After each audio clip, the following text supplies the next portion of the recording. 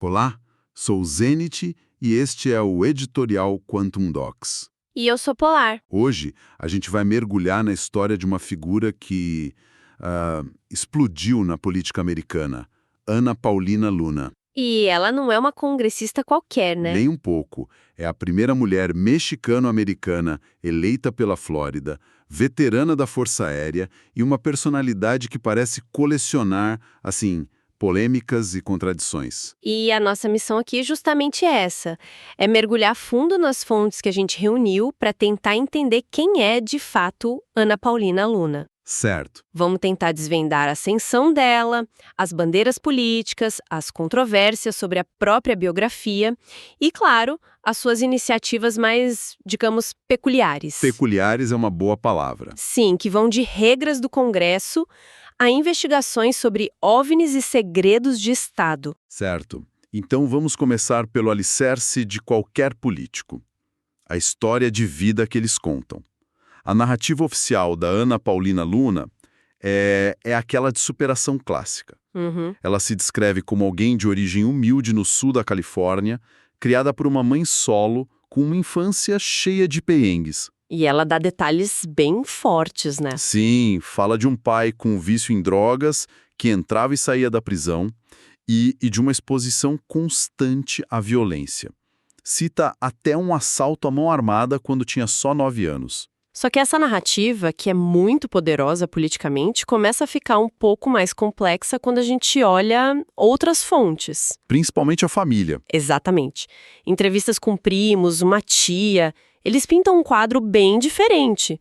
Dizem que sim, a situação do pai era complicada, mas que ela teve muito mais apoio familiar do que a história pública sugere. Entendi. Falam de um avô presente que ajudava a sustentar a casa, de uma infância com muitas reuniões de família, o que, sabe, não bate muito com a imagem de isolamento que ela projeta. O que é interessante aí, talvez não seja uma coisa ou outra, mas as duas ao mesmo tempo. Como assim? Ela podia estar cercada de família e ainda assim se sentir isolada ou muito impactada pela situação do pai. A percepção da infância dela pode ser radicalmente diferente da percepção dos tios e primos. É um bom ponto. E essa não é a única dissonância. A identidade religiosa é outra. Luna afirma ter sido criada no judaísmo messiânico, que é, bom, com uma vertente do cristianismo evangélico que incorpora elementos judaicos. E a família diz o quê? Que o pai era católico e que eles nunca souberam dele praticar qualquer forma de judaísmo. A mãe dela tenta conciliar as versões, dizendo que o pai se tornou um cristão que abraçou a fé messiânica só, depois de se livrar do vício. Ou seja, a construção da própria identidade dela parece ser um campo em disputa, até o sobrenome. Ela nasceu Ana Paulina Meyerhofer. E o avô paterno dela, aliás, tem uma história e tanto. Qual? Serviu na Wehrmacht, as Forças Armadas da Alemanha, durante a Segunda Guerra. Ela adotou o Luna bem mais tarde, um sobrenome da família da mãe, como uma forma de homenagear a herança hispânica. É mais uma peça nesse quebra-cabeça, então. De quem ela é ou de quem ela escolheu se tornar publicamente. E é com essa identidade complexa e cheia de arestas que ela vai construir uma carreira. Então, com essa identidade pública complexa, como você disse, como é que ela sai do anonimato e vira uma figura nacional? A trajetória dela é tão improvável quanto a história de origem. Antes da política, a vida dela era outra. Ela serviu na Força Aérea, de 2009 a 2014, onde conheceu o marido. Ao mesmo tempo, também trabalhava como modelo. Chegou a posar para Sports Illustrated e Maxim. E a grande virada, a virada de chave mesmo, acontece quando ela entra para Turning Point USA. Ali ela foi diretora de engajamento hispânico. E é bom dar um contexto aqui. A Turning Point USA é basicamente uma máquina de formar jovens ativistas conservadores. Uma plataforma gigante para quem quer ganhar visibilidade na direita americana. Foi o trampolim perfeito para ela. E foi ali que ela desenvolveu o estilo dela, né? Sem filtro e feito para chocar. Com certeza, tem aquele episódio famoso num programa da Fox News. Ah, sim. Em que ela soltou uma comparação que deixou todo mundo no estúdio sem reação, disse que Hillary Clinton era como herpes, porque não desaparece. A emissora cortou o sinal dela na hora. Tiveram que pedir desculpas. Foi um momento que definiu o estilo dela. Polêmico e feito para viralizar. Totalmente. E essa visibilidade a levou para a política eleitoral. Ela perdeu a primeira tentativa ao Congresso em 2020, mas em 2022... Com o apoio explícito e fortíssimo de Donald Trump. Exato. Com esse apoio, ela conseguiu se eleger. E a plataforma dela é o puro suco do movimento MAGA. Na economia, America First. Chegou a propor a proibição da exportação de petróleo americano para, segundo ela, baixar o preço da gasolina em casa. Nas questões sociais, ela se define como extremista pró-vida. E a história que ela conta sobre a origem dessa convicção é, no mínimo, inusitada. Conta essa. Ela diz que numa aula de biologia na faculdade, enquanto dissecava um ovo de galinha, viu o feto do pinto reagir à lâmina do bisturi. Nossa!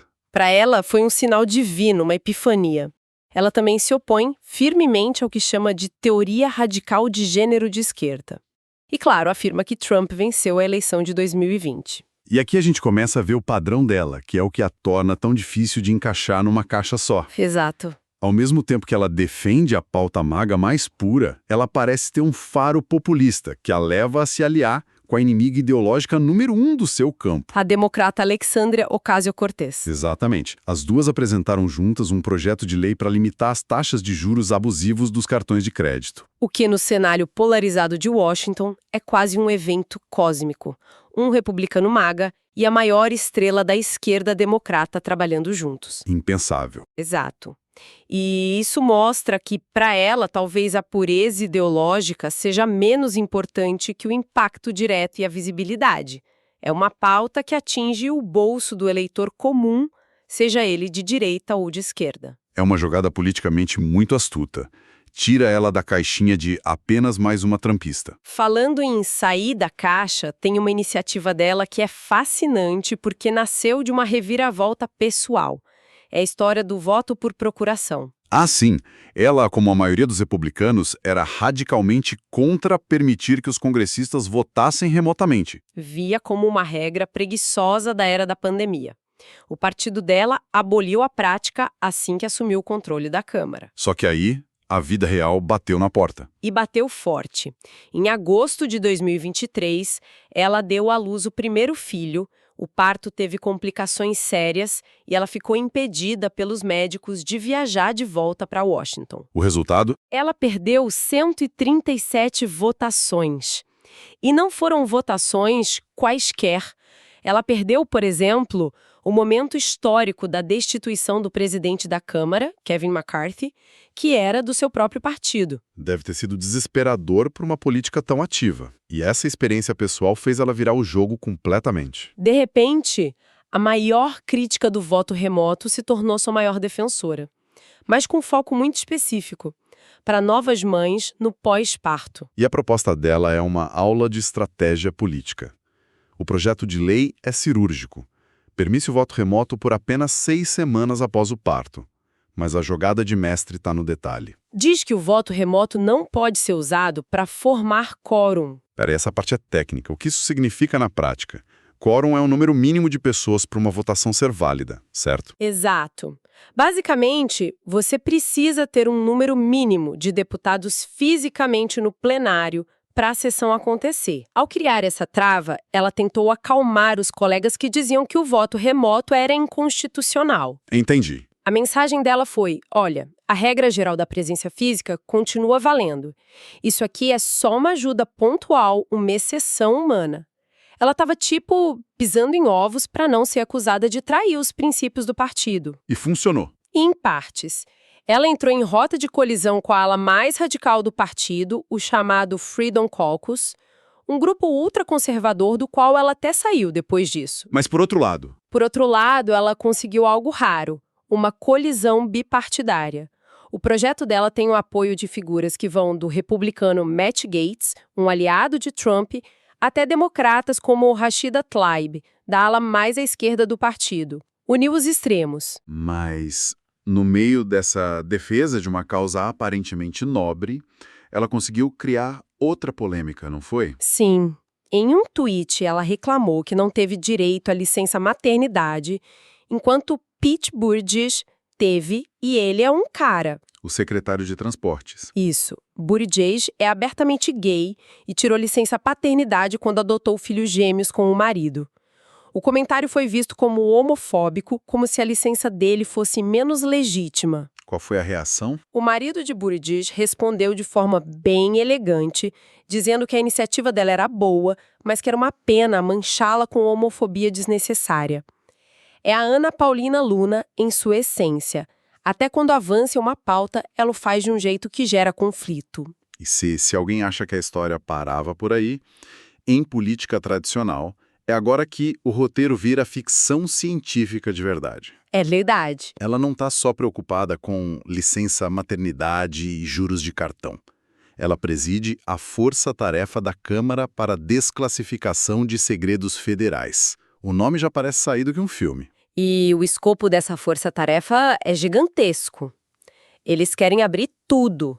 Os arquivos do financista Jeffrey Epstein, os documentos sobre o assassinato do presidente John F. Kennedy, os segredos do 11 de setembro. A justificativa dela é direta. Nós só queremos a verdade.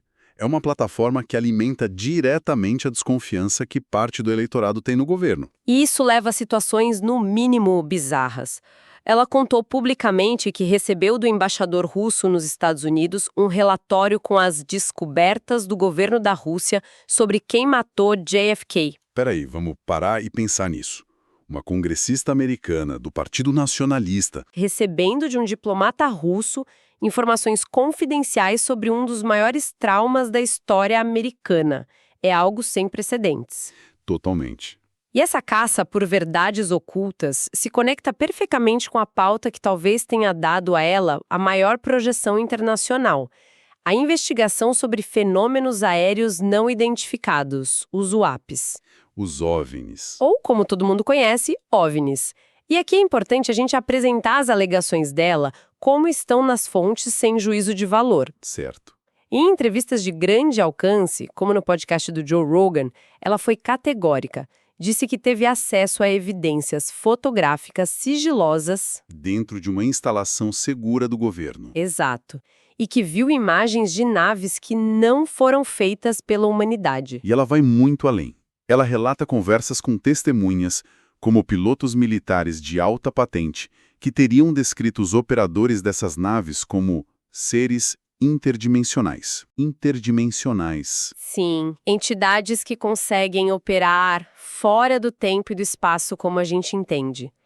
Ela chega a sugerir que textos antigos, até de livros perdidos da Bíblia, poderiam ser relatos de encontros parecidos. A pergunta que todo mundo faz é: se isso tudo existe, quem paga a conta? Segundo a narrativa de Luna, tudo isso é financiado por um orçamento negro do Congresso.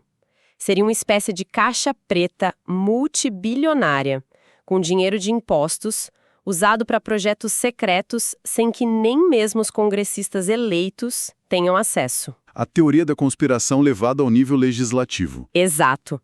E ela mesma diz que encontrou resistência ao tentar investigar. Ela relatou um confronto direto na base da Força Aérea de Eglin, na Flórida. O que aconteceu lá? Segundo ela, mesmo fazendo parte de uma delegação oficial do Congresso, os militares negaram a ela o acesso a pilotos e a supostas evidências sobre UAPs, dizendo que ela não tinha a autorização de segurança necessária. Para ela, isso foi a prova de que o sistema está escondendo algo. O que é fascinante é como essa pauta dos OVNIs, que por décadas foi relegada ao ridículo, se tornou uma ferramenta política poderosa. Para a base dela, essa luta não é sobre alienígenas, é sobre transparência. É sobre uma congressista do povo enfrentando o Estado profundo. Isso, o Estado profundo que esconde a verdade. Não importa se a verdade envolve impostos ou naves interdimensionais. A lógica da batalha é a mesma. Chegando ao fim da nossa análise, fica muito claro que Ana Paulina Luna não cabe em nenhuma definição simples. Não mesmo. Ela é uma conservadora do movimento MAGA, mas que costura alianças com a esquerda radical. É uma nacionalista America First, mas que se senta com o embaixador russo para discutir segredos americanos. Exato. E é uma legisladora que se dedica com a mesma intensidade a temas pé no chão, como licença parental e a investigações sobre os maiores mistérios do nosso tempo. É um reflexo de um novo tipo de político. Um político que usa a desconfiança como combustível e o espetáculo como método. Perfeito. É isso.